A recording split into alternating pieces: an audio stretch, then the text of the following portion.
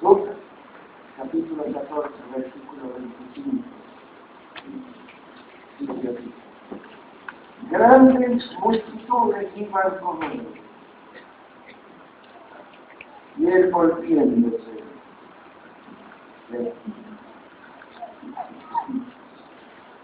Bueno, el Señor vino al mundo. ¿Para qué vino al mundo? Para salvar a los pecadores. Y para que los pecadores sean salvos, necesitaban escuchar el mensaje de salvación, ¿verdad? Y parece que todo iba muy bien. Parece que todo estaba saliendo como se lo esperaba. Y varios capítulos atrás vemos las señales que el Señor hacía. Y antes de escribir el capítulo 14, Lucas dice que el Señor había sanado a una mujer que había estado encorvada por 18 años. Luego había sanado a un hombre hidrópico. Y muchas señales de ese tipo de señales acompañaban al Señor porque había sido profetizado que debía ser así, ¿verdad? Los cojos andarán, los mudos hablarán, los ciegos verán. Estas señales acompañarían a la venida del Mesías.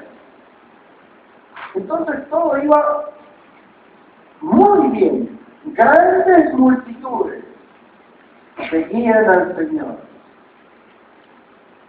A lo mejor poco tiempo más y el mundo entero estaría siguiendo al Señor Jesucristo.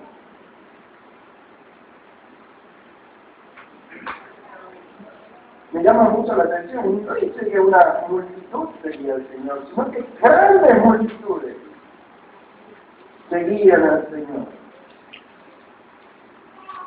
Bueno, vayamos al libro de Juan, capítulo 2, verso 23. Iban con él, no le seguían, sino que iban con él.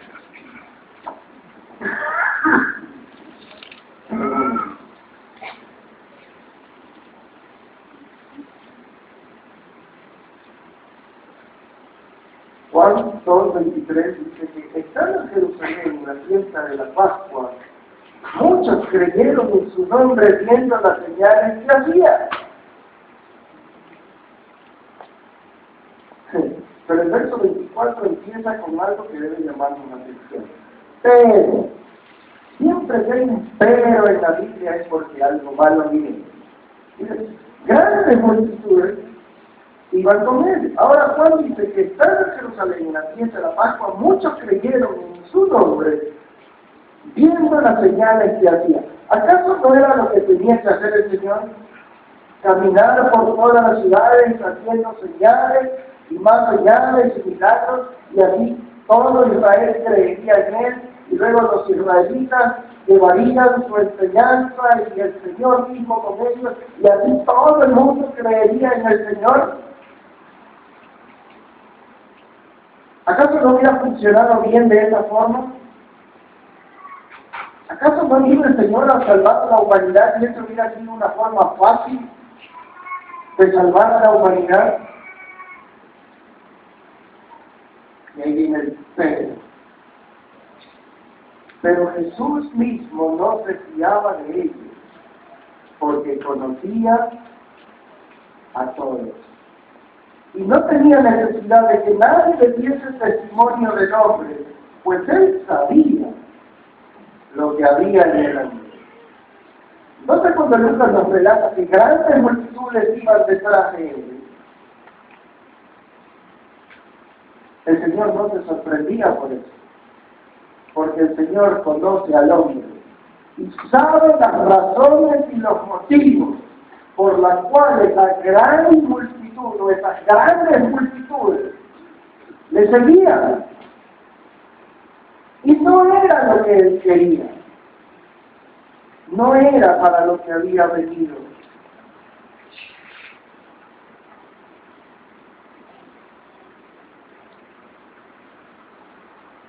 ¿Por qué seguían al Señor? ¿Por qué no seguimos nosotros?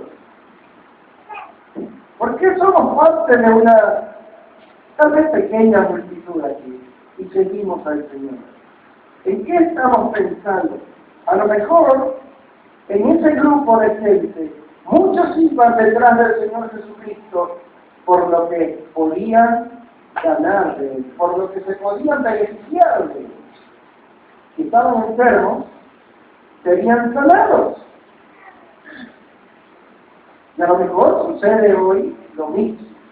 Muchos van a los templos porque hay algún dolor grande o alguna enfermedad de esas agresivas, incurables, y quieren ser sanados. A lo mejor muchos iban detrás del Señor porque, o para que les vaya bien en los negocios. Entonces, portándome bien con Dios, bueno, Él se va a portar bien conmigo. Un poco de trueque, de negociación, ¿no? Si estoy ahí, el Señor va a ser fiel conmigo. Si yo soy fiel con Él. A lo mejor muchos querían estar ahí por estar prósperos. ¿Recuerdan cuando los alimentó a los 5.000? Ustedes me buscan para llenar su vientre.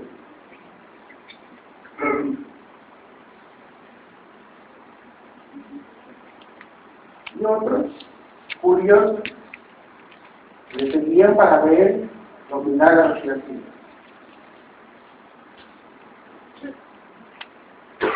Pero muy pocos le seguían porque era el Mesías. Muy pocos le seguían para rendirse ante Él. Muy pocos estaban cansados de su vida pasada y respondían al llamado del arrepentimiento que era el que el Señor Jesús predicaba de su vida antigua. Sino que buscaban los favores del Señor. ¿Por qué estamos nosotros aquí? ¿Buscando los favores de Dios? ¿O porque hemos venido, como yo decía en la oración, cansados ya de esta vida? A humillarnos ante Él, a decirle que ya no podemos más, a reconocer que todo lo que hacemos, lo hacemos mal cuando no está bajo su dirección.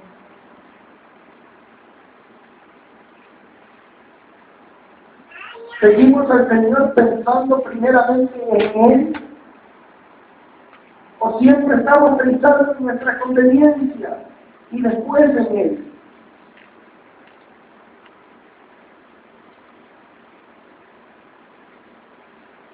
Muchas veces tenemos que pasar por situaciones duras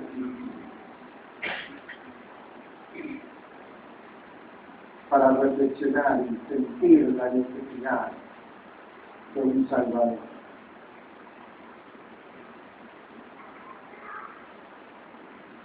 Pero una vez que empezamos la vida cristiana, ¿qué nos motiva a seguir? Adoración, sujeción, servirle con todas las fuerzas, agradarle, o estoy pensando en mí primero. Hermanos, debemos cambiar nuestra forma de pensar. Y cada vez que vengamos al culto, pensemos en Él primero. Señor, vengo a rendirme, a postrarme. Vengo a adorarte. Vengo a reconocer mi pecado. Y después pidamos ayuda.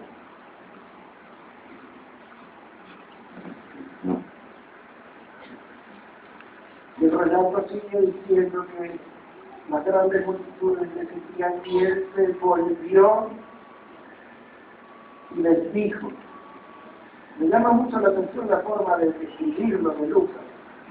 Ya vamos a ver qué le dijo, pero como que él caminaba, ¿verdad? Caminaba con esas grandes cantidades de gente y de pronto como que hace un movimiento brusco, ¿verdad?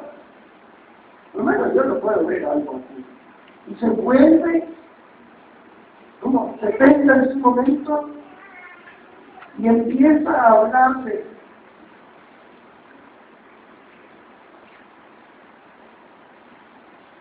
Y yo creo que con muchísima seriedad y con palabras firmes, porque era un momento decisivo, porque era un momento en el que muchas vidas iban a sufrir las consecuencias de esas palabras. Tiene que haber sido un momento tan sublime y tan especial que todos deben haber hecho silencio y escuchado lo que el Señor Jesucristo iba a decir. Porque iban a ser palabras que iban a marcar la vida de cada ser humano que existe en el planeta.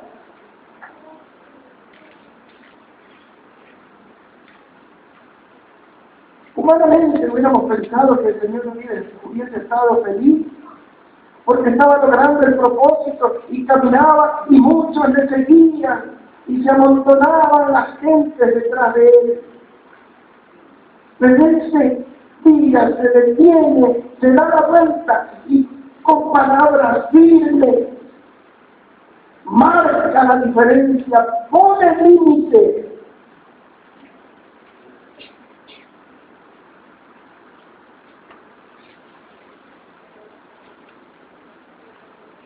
Mientras el Señor traía un mensaje de arrepentimiento para salvación, ellos querían ver milagros y señales para llenar sus dientes y sacar provecho.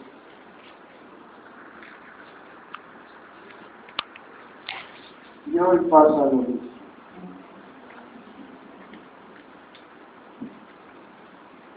Hoy se enseña a la gente a buscar a Dios con un evangelio muy fácil. A través de mentiras, llevándolos a una falsa religión.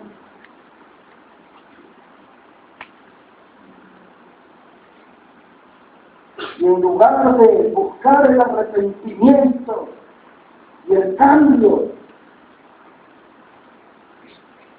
lo único que se busca es satisfacer la carne.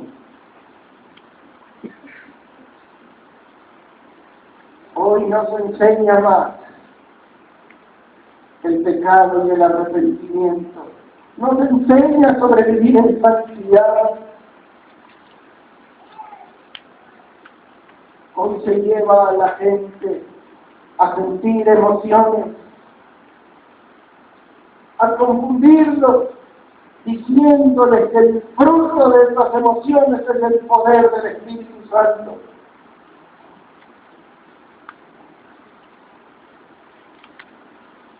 Y la gente está siendo engañada.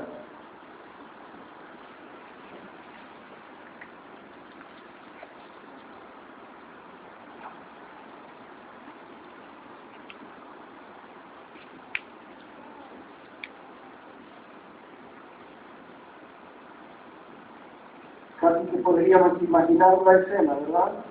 El Señor seguido de una gran multitud y él gira. Y a lo mejor con sus manos o sin sus manos, solamente su voz los detiene, porque él sabía lo que había en ellos. Y les empieza a hablar y les dice lo siguiente, verso 26. Si alguno viene a mí, grandes multitudes iban a él, pero ahí vienen las condiciones del Señor. Si alguno viene a mí y no aborrece a su padre, y a su madre, y mujeres, e hijos, y hermanos y hermanas, y aún también a su propia vida, no puede ser bendecido. Ay, qué palabras tan duras, ¿verdad? Hermanos, debemos tener mucho cuidado.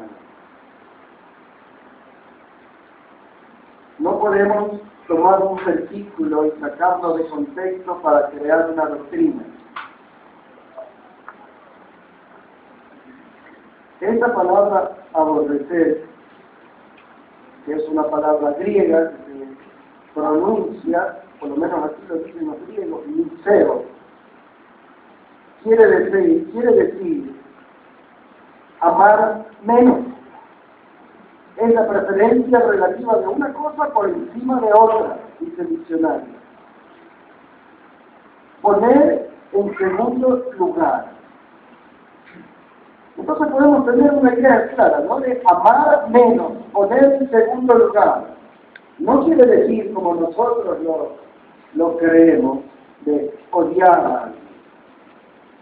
Pero saben, hay muchos que toman versos como estos y enseñan a personas que para seguir a Dios tienes que aborrecer a tu padre, a tu madre, a tus hijos, a tu esposa, etc.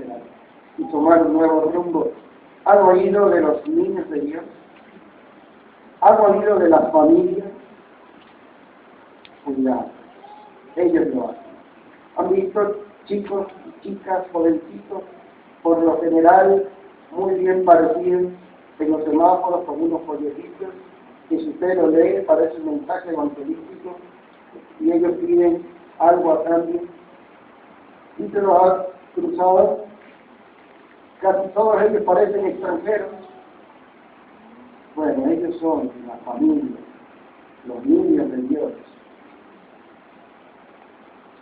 Y alguna vez alguien les enseñó este versículo y los convenció de dejar sus casas, a sus padres y a sus madres, e ir y hacer la obra de Dios, según el versículo lo dice. Pero jamás el Señor se va a contradecir, ni eso es lo que quiere decir este versículo. El Señor nos enseña, por ejemplo, hijos, obedecer a vuestros padres en todo, porque esto es agradable al Señor.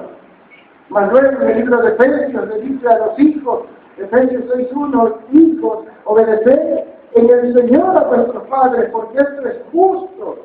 Honra a tu padre y a tu madre, porque es el primer mandamiento con promesa, para que te vaya bien, para que te vaya bien y seas de larga vida sobre la tierra. Entonces el Señor jamás te va a contradecir.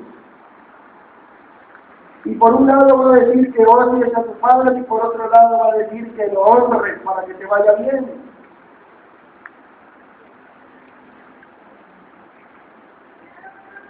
No podemos jamás coger un solo verso de la Biblia y hacerlo una doctrina, que es lo que mucha gente hace.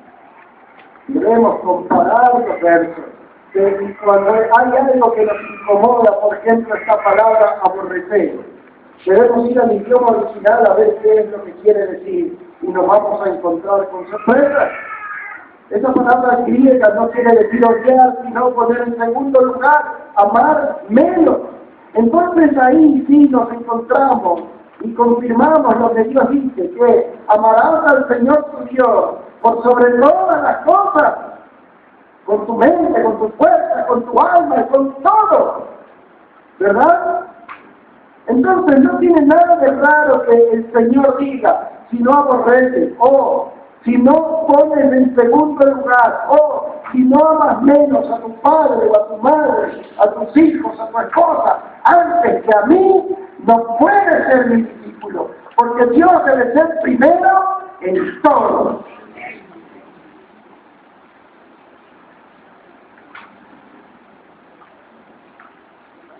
Entonces no hay contradicción y no hay una enseñanza semejante y contradictoria a lo que Dios dice. Pero la exigencia es alta.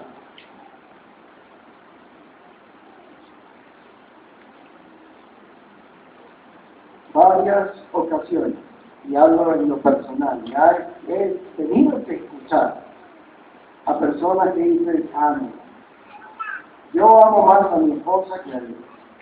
Para mí, el primer lugar es mi esposa, después Dios. Yo lo he escuchado. A lo mejor ustedes también lo han escuchado, a lo mejor no. Hay personas que dicen, no, a mi esposa puede ser, pero mis hijos, ellos son ante todo. Primero mis hijos, después el resto. Fácil, primero Dios, después la esposa, no hay problema, pero mis hijos no me lo son. Y muchos aman o ponen en primer lugar ciertas personas antes que a Dios. Y a lo mejor a veces no se lo aceptan, no se lo quiere admitir, pero lo demostramos con los hechos. Porque el Señor nos dice, no os unáis en yugo desigual. Sin embargo, el novio o la novia que tengo no es creyente. Demostrando con mis hechos que amo más a mi novio o a mi novia que a Dios.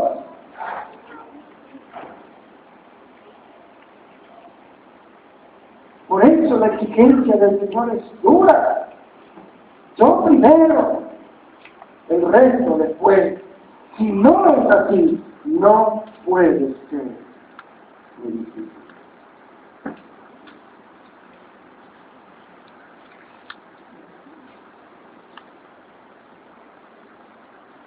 ¿Amas a Dios por sobre todas las cosas?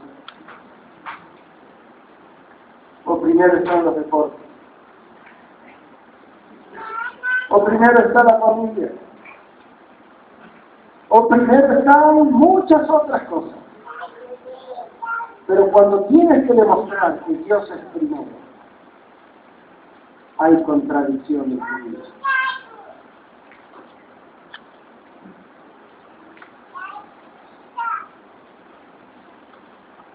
En realidad lo que debería ser primario, lo convertimos en secundario. ¿Ocupa Dios el primer lugar en tu lista de prioridades o está más abajo de él? Es fácil notar cuando Dios ocupa el primer lugar, porque está ante ti y nada te interrumpe.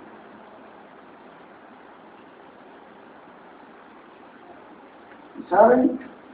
Ahí nos hace una lista: padre, madre, esposas, hijos, hijas, hermanos, hermanas. Y deja para el final lo más difícil: a ti mismo. A ti mismo. ¿Te amas menos a ti mismo que a Dios? ¿O tú estás encima de todo? Solamente analiza esto y contéstalo.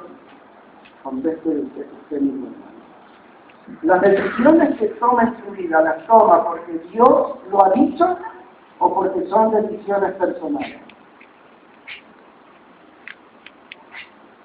¿Toma las decisiones basadas en la Biblia, en la Escritura, en la sabiduría de Dios, o es lo que usted piensa que es conveniente para su vida?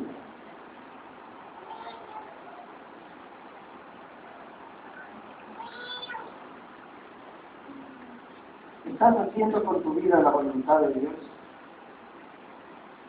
En el caso del apóstol Pablo dice que golpea su cuerpo para someterlo, para sujetarse a la voluntad de Dios, para ponerlo en servidumbre. 1 Corintios, capítulo 9, verso 27. ¿Qué es eso? ¿Acaso Pablo estaba con algún látigo, con algún palo pegándose? ¡No! Pero la figura es que se negaba a sí mismo, se negaba a sus ganas, se negaba a lo que quería hacer para agradar a Dios, para ponerlo en servidumbre a Dios.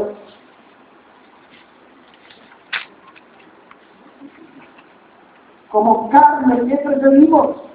¿Mirar una película, una novela, un partido de fútbol o leer la Escritura? El espíritu está dispuesto, pero la carne no. Y si somos honestos, vamos a reconocer que queremos hacer lo que la carne pide. Pero si amamos a Dios, vamos a golpear nuestra voluntad y nos vamos a sujetar a lo que Él quiere, porque Él es primero.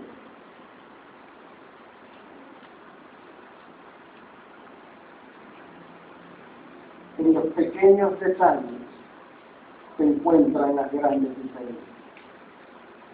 El Señor dijo, fiel en lo poco, fiel en lo mucho. Si no podemos con los principios, si no podemos con las cosas de la tierra, dijo el Señor, ¿cómo vamos a entender las cosas celestiales?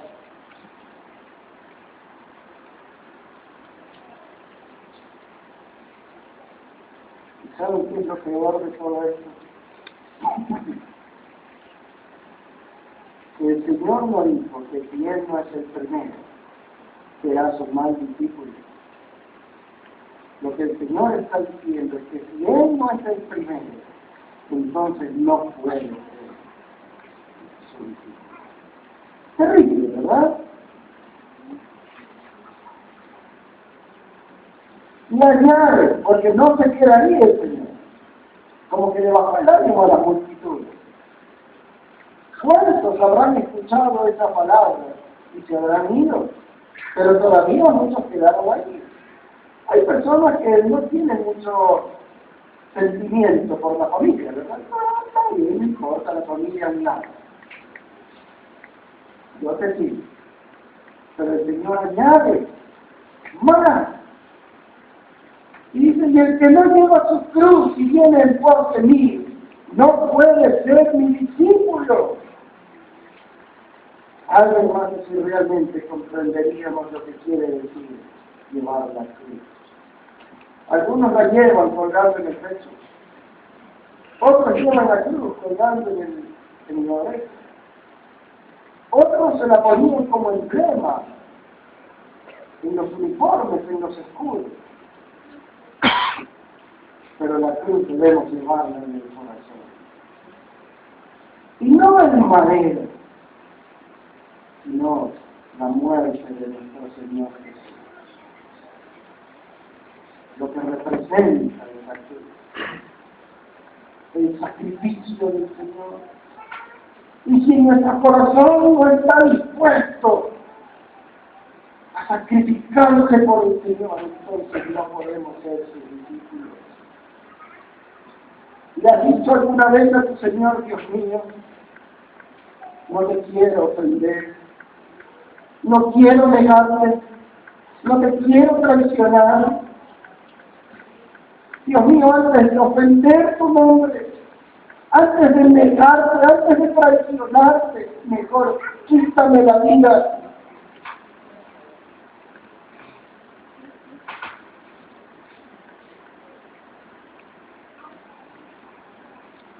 Yo no quiero ofender a Dios, jamás.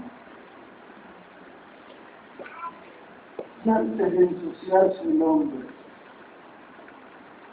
mi oración casi diaria es, Señor, quítame la vida. Porque soy de carne y me gusta la carne y quiero hacer las cosas de la carne. Pero tengo que negarme. Y si ya no puedo más, mejor, Señor, llévame contigo. Porque no quiero perderme.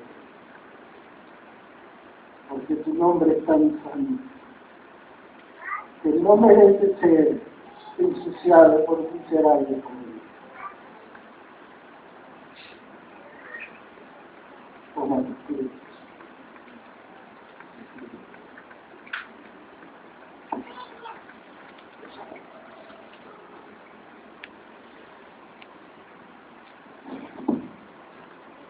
El cristianismo fue así.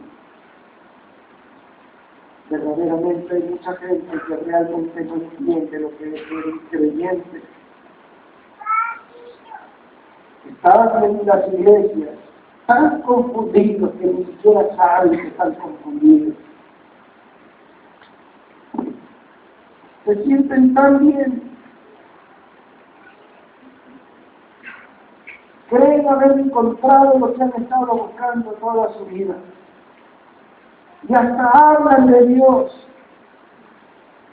emocionados, diciendo que nunca han experimentado algo así.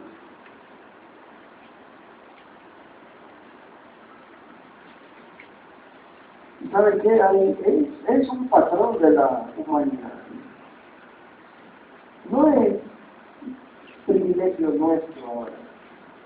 Si revisamos la Escritura, nos vamos a dar cuenta que sucede casi que a lo largo de toda la humanidad.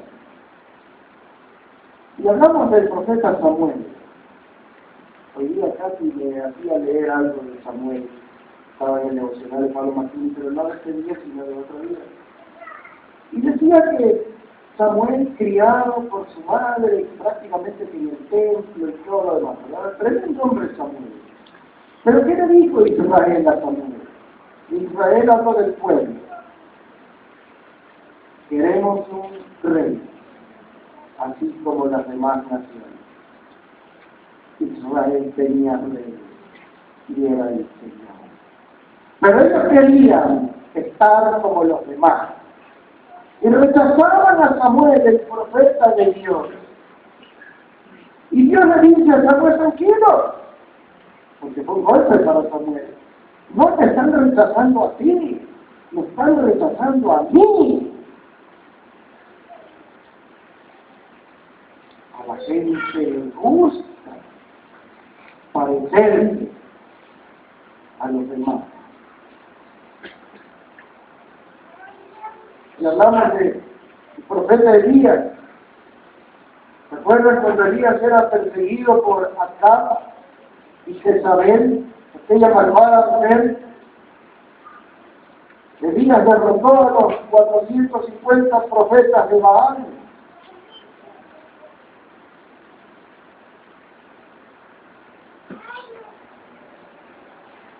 Y Jezabel y Acab querían matar a Elías, habían dado muerte a todos los profetas de Dios. Leí en 1 de Reyes, capítulo 19, verso 10, no lo busque, escúchelo. Respondió Elías al Señor y le dijo, estaba metido en una cueva, Elías, y responde, dice, y el Señor le dice, ¿qué haces aquí? Y Elías responde, he sentido un vivo celo por Jehová, Dios de los ejércitos. El otro día alguien leyó en otra versión, claro, no era su versión, me la pueden decir por favor. 1 de Reyes 19. He sentido un vivo celo por Jehová, Dios de los ejércitos, porque los hijos de Israel han dejado tu pacto, han derribado tus altares y han matado a espada a tus profetas, y solo yo he quedado y me buscan para quitarte la vida.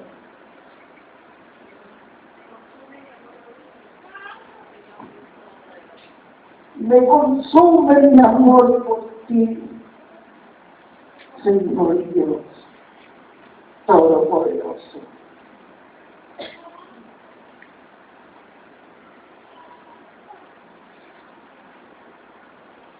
Elías estaba solo, escondido, temiendo morir, porque el pueblo de Dios que pensaba que estaba bien, que estaban emocionados y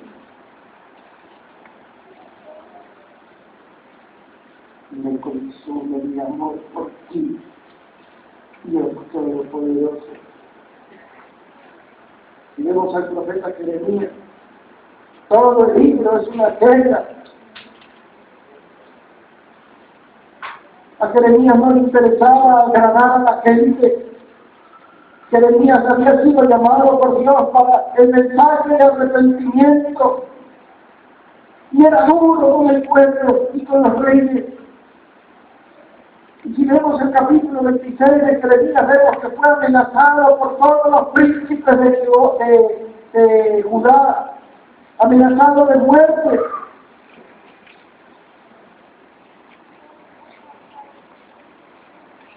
Y si avanzamos y seguimos y pasamos por el capítulo 37, vemos que Jeremías fue metido en la cárcel por andar en contra del pueblo de Dios, por llevar un mensaje de arrepentimiento. Y el siguiente capítulo, el 38, vemos que Jeremías se metía en una cisterna que no tenía agua, sino que había puro lodo para que se muera de hambre. Al final Dios tuvo misericordia de él.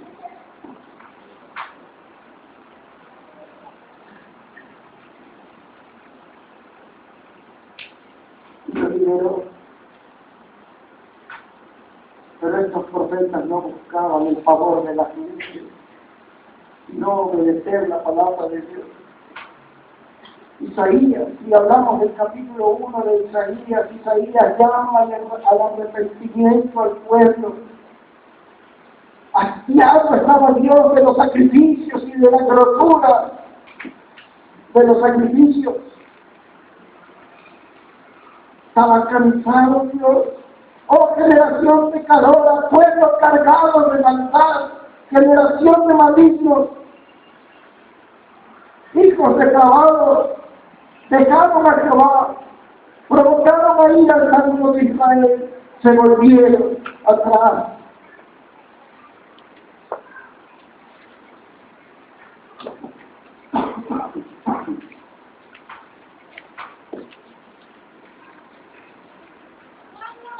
Todos estos hombres, profetas del Dios Altísimo, llamaban a arrepentimiento al pueblo que pensaba que estaba sirviendo a Dios. Y si vamos al Nuevo Testamento, vemos a Juan el Bautista, muerto por Herodes, otro que llamaba arrepentimiento al pueblo, cuando el pueblo pensaba que servía a Dios. Y si vamos a la persona del Señor Jesucristo mismo y vemos su mensaje, vamos a encontrar un mensaje de arrepentimiento. Y también por muerto, con la gran diferencia que Dios resucitó y está vivo. Pero es un patrón del ser humano. Alejarse de Dios y no se dan cuenta que están lejos de Dios. Creen que sirven a Dios, pero no le dan la prioridad. Por eso Oseas dijo: mi pueblo está destruido por falta de conocimiento, hablando de Dios.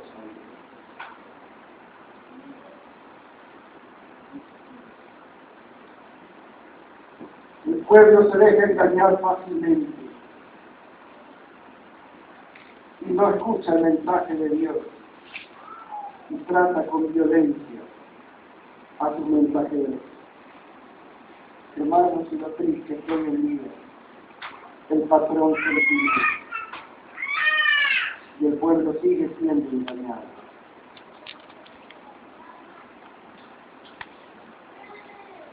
Hoy le están haciendo creer al pueblo de Dios que con canciones bonitas e interminables es la llenura del Espíritu Santo. La gente se congrega y viene todo un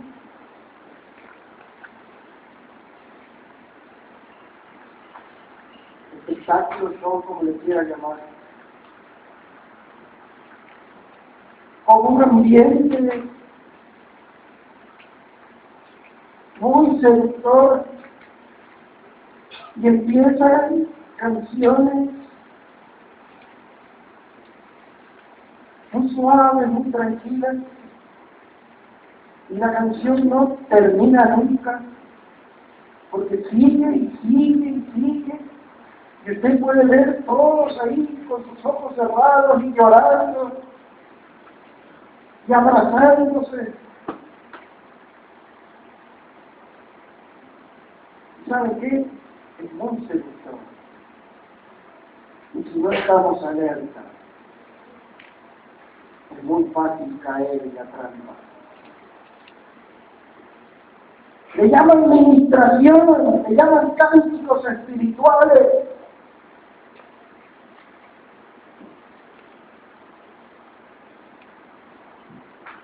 Un verso en la Biblia donde se requiere hacer eso. Manejar la emoción de la gente, llegar a los sentimientos de la gente. Hermanos, yo no quiero atacar a nadie. Yo solamente quiero defender la palabra de Dios. La gente se confunde y piensa que como todo el ambiente está bonito y esas canciones llegan al corazón, entonces todo eso que sienten, todo ese conjunto de emociones, piensan que es la presencia del Espíritu Santo y se sienten tan bien, que se sienten satisfechos, contentos. Pero ¿sabéis cuál es el problema real? Que termina ese tiempo y se van a sus casas y no hay ningún cambio. No ha pasado nada aquí adentro, más que un tiempo de emoción.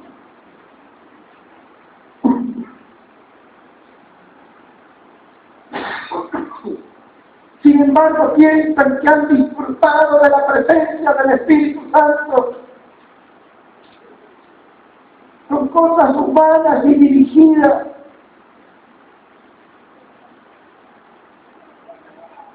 Psicología y nada más.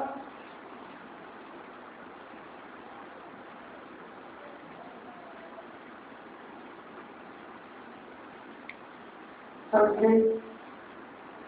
El Señor da dos ejemplos muy claros, siguiendo con Lucas 28:32, y dice: ¿quién se levanta a edificar una torre y no calcula primero si tiene para pagar todos los gastos? Luego dice: ¿qué rey va a la guerra sin saber cómo está el bando contrario? A ver si puede enfrentarlo, no es mejor negociar. Es muy lógico. No necesitamos ninguna síntoma de espiritualidad para comprender esto. Cualquier persona lo puede entender. Si quiero construir algo, necesito el dinero para construirlo. Y si quiero ir a una guerra, ¿cómo ir a una guerra si mi ejército es mucho más pequeño que el ejército contrario? Son ejemplos lógicos. ¿Y por qué el Señor compara esos ejemplos lógicos para el ser humano? Conseguirle a Él. ¿Sabe cuál es la lógica de Dios? Que a Él se lo sigue por fe. Porque no puedo construir una torre con un ejército enorme. No tiene lógica. Y no puedo ir a una guerra con dinero. El ejército contrario me lo quita. Y necesidad de ofrecérselo. Pero para ser siervo de Dios necesito fe, no emoción. Porque la Escritura dice que el justo por fe vivirá. Y la Escritura me dice que sin fe es imposible agradar a Dios. Pero fe es creer en Él, fe es obedecerle a Él. ¿Y cómo tiene la fe a mi vida? Por ese momento de éxtasis, de canciones suaves, y de que alguien esté hablando allí, que dice que lo ama, y abraza a tu hermano, y arrodíllate, y abrázate, y quiérete, y perdóname.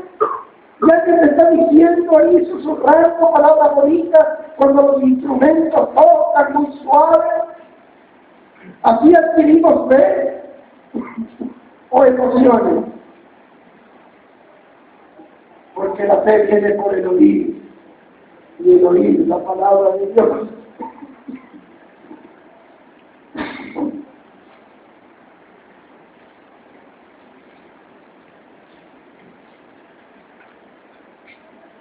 La fe es el producto de la obra del Espíritu Santo en nuestra vida, por la predicación de la palabra de Dios Pero hoy en día la gente está siendo engañada con experiencias y romanticismos, creyendo que es el Espíritu Santo.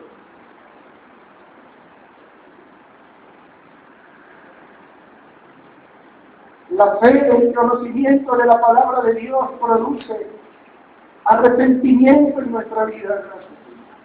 Produce arrepentimiento en nuestra vida. La fe en Dios, creer en Dios, produce cambio de vida. La fe en Dios me lleva a dejar todo lo que era antiguamente, a ser una criatura nueva. No a cantar lindo, ni cogerme las manos y llorar apretado. Y después salgo y soy la misma persona que antes. Eso no es en la obra del Espíritu Santo.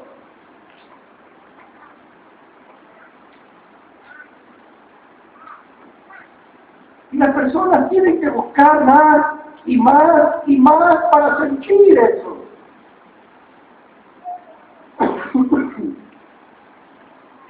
Cuando podemos disfrutar de la obra del Espíritu Santo, a pesar de que estemos solos y no necesitamos canción para sentir la paz y el amor de Dios, solo porque tenemos fe en Él. Hermanos, hay dolor en nuestras vidas. Eso sí es obra del Espíritu Santo. A Jeremías le llamaban el profeta llorón. ¿Por qué lloraba Jeremías? ¿Porque era un hombre débil? Jeremías lloraba porque era sensible tal vez, o porque le dolía como Jerusalén, como todo Israel estaba siendo engañado, o porque le dolía ver cómo el pueblo iba detrás de otros dioses y habían abandonado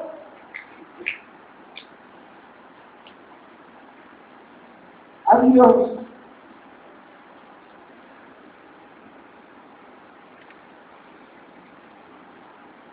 El amor por Dios me consume, dijo Dios. Y no soportaba ver cómo la nación, cómo el pueblo de Dios había rechazado al Señor. Hermano, te consume el amor por Dios.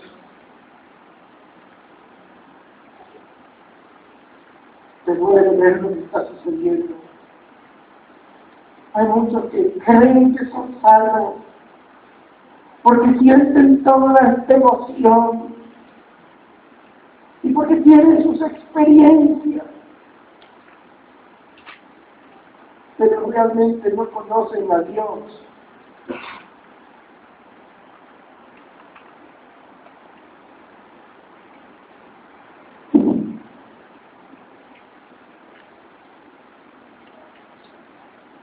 Tenemos una lucha contra un evangelio falsificado, contra un mensaje parecido, pero que no es el que proviene de Dios. ¿Saben qué? Escuché el otro día. Ese dolor, ese malestar, debe convertirse en los verdaderos creyentes en una angustia. Debemos estar angustiados por lo que está pasando. Debemos prepararnos. Debemos conocer al Señor para presentar defensa del verdadero evangelio. Debemos cambiar nuestras vidas. Debemos dar fruto de que somos creyentes. ¿Cómo podemos hablarle a familiares, a tantas personas que ahora llenan las iglesias,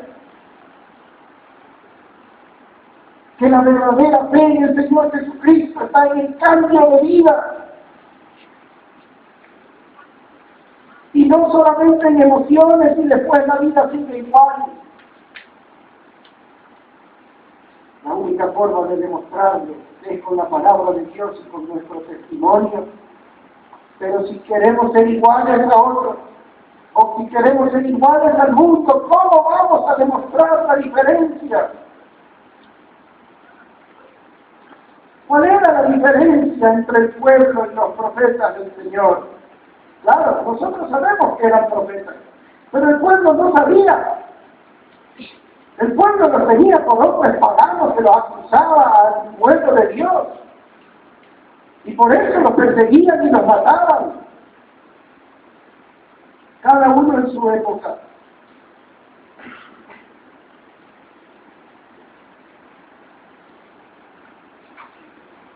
Y a cualquiera de vosotros, verso 33, que no renuncie a todo lo que posee, no puede ser mi discípulo. Facilito, ¿verdad? Segundo lugar, a cualquier persona. Luego, tomar la cruz. Estar dispuesto a dejarlo todo, a morir por el Señor, si es posible. Y ahora el Señor termina diciendo que no renuncia a todo lo que posee, no puede ser mi discípulo. ¿Estás dispuesto a hacerlo? ¿Te has pensado a construir algo sin ver primero si lo vas a poder terminar? ¿O vas a ir a la guerra sin saber si puedes enfrentar al otro ejército? ¿Estás dispuesto a seguir al Señor sabiendo que tienes que renunciar a todo? Y que el Señor se convierta en lo más importante en tu vida y que Él es el que te va a guiar, creyendo en Él, por fe en Él.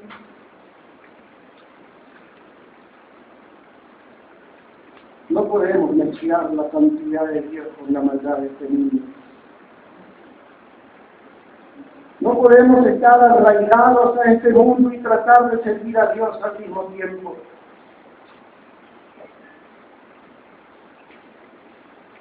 Se trata de renunciar a ti y obedecer la voluntad del Señor. No se trata de sentirse bien nada más o de buscar alguna emoción.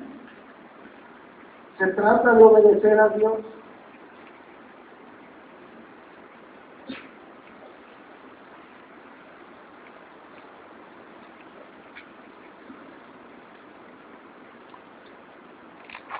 ¿Amas a Dios o aborreces? ¿Le estás obedeciendo a Dios o estás aborreciendo? ¿Estás sirviendo a Dios o estás aborreciendo a Dios? ¿Cómo está tu vida? Termina Lucas el capítulo diciendo: buena es la sal, mas si la sal se hiciera insípida, ¿con qué se sazonará? Ni para la tierra ni para el muladar es así. La arrojan fuera. El que tiene oído, oiga. Esto no quiere decir que dejó de ser sal, pero sí dejó de dar sabor.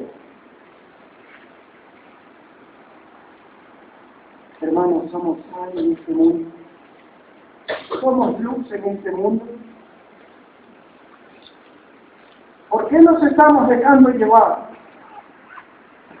¿Por las emociones? ¿O por la palabra de Dios?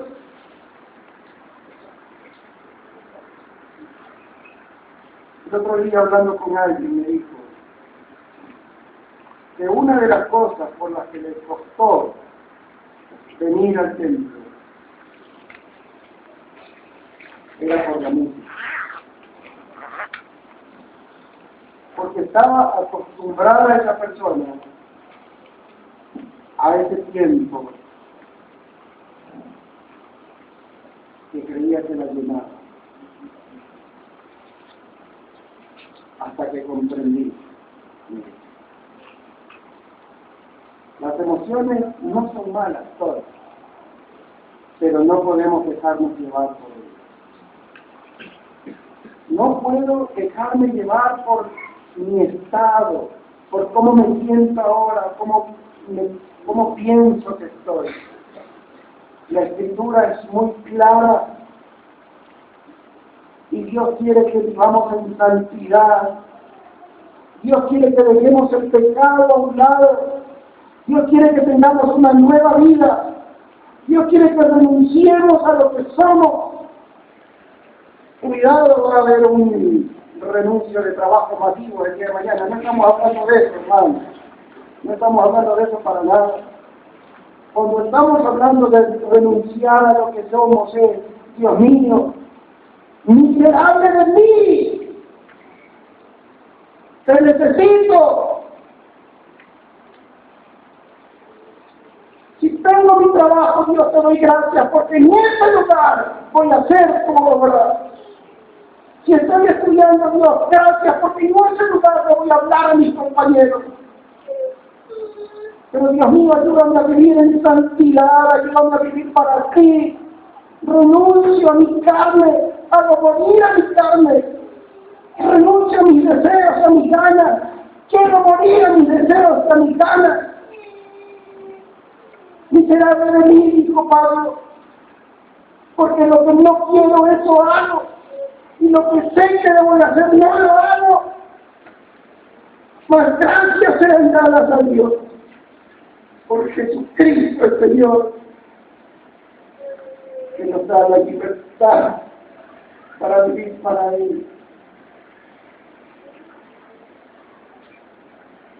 Hermanos queridos, tenemos una responsabilidad grande de marcar la diferencia, levantar la bandera del Señor Jesús y demostrar con nuestra vida que la palabra de Dios cambia a la gente y que podemos vivir agradando de Él si realmente nos sujetamos a Él. No por emoción, sino por el poder del Espíritu Santo. Señor mío.